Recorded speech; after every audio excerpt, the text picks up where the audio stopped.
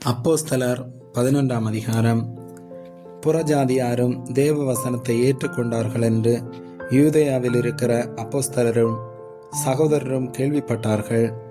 பேதுரு எருசலேமுக்கு திரும்பி வந்தபோது விருத்த சேதனமுள்ளவர்கள் அவனை நோக்கி, விருத்த சேதனமில்லாத மனுஷரிடத்தில் நீர் போய் அவர்களோட போஜனம் பண்ணினீர் என்று அவனோட வாக்குவாதம் பண்ணினார்கள்.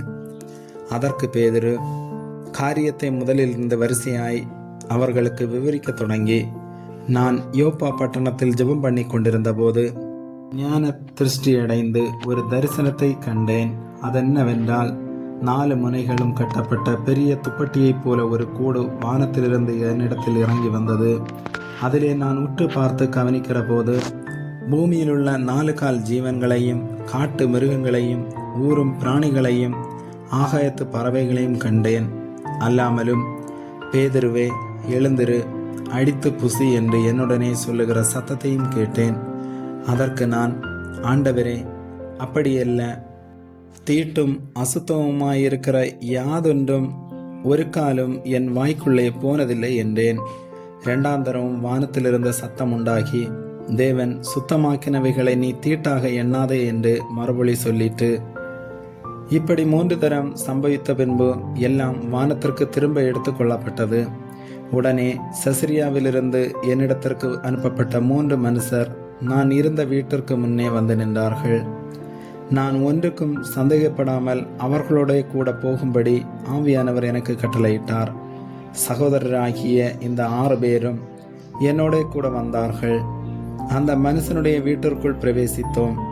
அவனோ தன் வீட்டிலே ஒரு தேவதூதன் நிற்கிறதை கண்டதாகவும், யோப்பா பட்டணத்தில் இருக்கிற பேதுரு என்று மறுபேர் கொண்ட சீமோனை அழைக்கும்படிக்கு மனுஷரை அவ்விடத்திற்கு அனுப்பு. நீயும் உன் வீட்டார் அனைவரும் ரட்சிக்கப்படுவதற்கு ஏதுவான வார்த்தைகளை அவன் உனக்கு சொல்லுவான் என்று அந்த தூதன் தனக்கு சொன்னதாகவும் எங்களுக்கு அறிவித்தான். நான் பேசத் தொடங்கின போது பரிசுத்த ஆவியானவர் ஆதியிலே நம்மேல் இறங்கினது போலவே அவர்கள் மேலும் இறங்கினார். யோவான் ஜலத்தினாலே ஞானஸ்நானம் கொடுத்தான். நீங்களோ பரிசுத்த ஆவியினாலே ஞானஸ்நானம் பெறுவீர்கள் என்று கர்த்தர் சொன்ன வார்த்தையை அப்பொழுது நினைவு கூர்ந்தேன். ஆதலால் கர்த்தராகிய இயேசு கிறிஸ்துவை விசுவாசித்திருக்கிற நமக்கு தேவன் வரத்தை அனுக்கிரகம் பண்ணினது போல அவர்களுக்கும் அந்த வரத்தையை அனுக்கிரகம் பண்ணி இருக்கும் போது தேவனை தடுக்கிறதற்கு நான் எம்மாத்திரம் என்றான். இவைகளை அவர்கள் கேட்டபொழுது அமர்ந்திருந்து, அப்படியானால் ஜீவனுக்கு ஏதுவான மனந்திரும்புதலை தேவன் புறஜாதியாருக்கும் அருளி செய்தார் என்று சொல்லி தேவனை மகிமைப்படுத்தினார்கள். ஸ்தேவான் நிமித்தமாய் எழும்பின உபத்திரவத்தினாலே சிதறப்பட்டவர்கள் சுவிசேஷ வசனத்தை யூதர்களுக்கு ஏந்தி மற்ற ஒருவருக்கும் அறிவியாமல் பெனிக்கே நாடு, சீப்புரு தீவு, அந்தியோகியா பட்டணம் வரைக்கும் சுற்றித் திரிந்தார்கள்.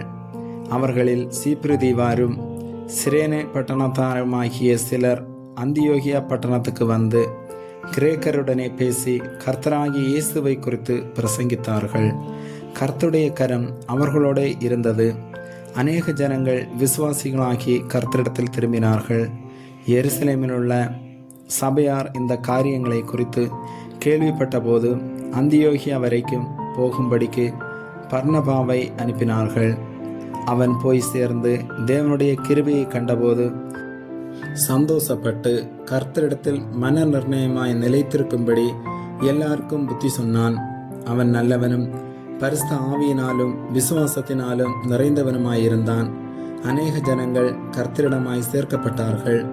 பின்பு பர்னபா சவுலை தேடும்படி தர்சுவுக்கு புறப்பட்டு போய் அவனை கண்டு அந்தியோகியாவுக்கு அழைத்து கொண்டு வந்தான்.